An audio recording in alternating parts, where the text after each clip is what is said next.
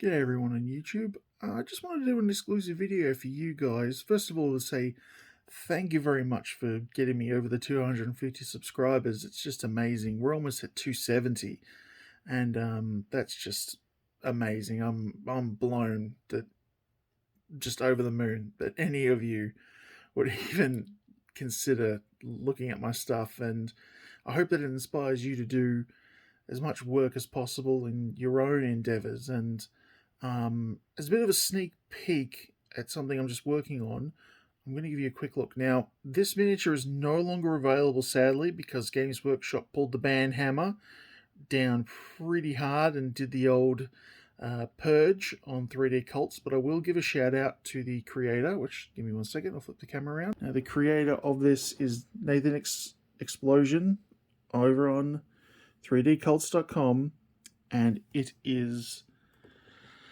the Bolt Gun Ultramarine. Now, I've started working on it. I've used Paint by Minis.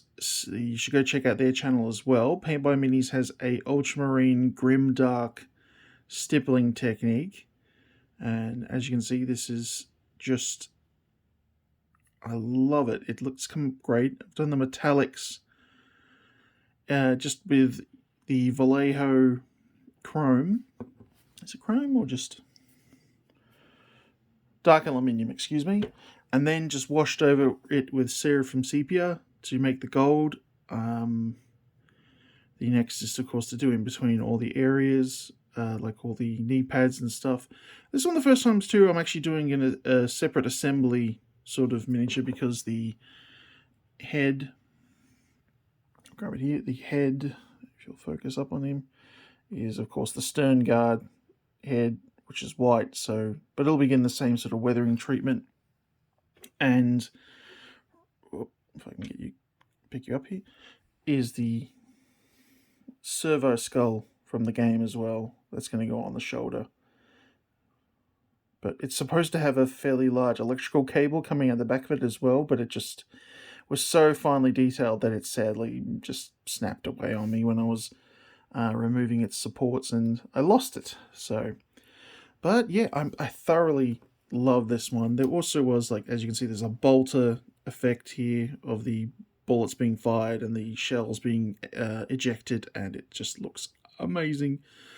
So I'll be working on that for the next sort of couple of days. When I'm working on some other projects, this will be sort of the, while I'm waiting for that stuff to dry, I can work on this one. But yes, once again, I'll flip back to me. Thank you very much for the support and the followers. I will be doing hopefully a couple more sort of terrain videos, but it is getting into the winter here, so it's going to be harder for that sort of big heavy project to dry. So it may be sort of a just quick updates of that as it progressively sort of dries over the winter months. But I'm still working on a few projects for a mate of mine, and they take priority.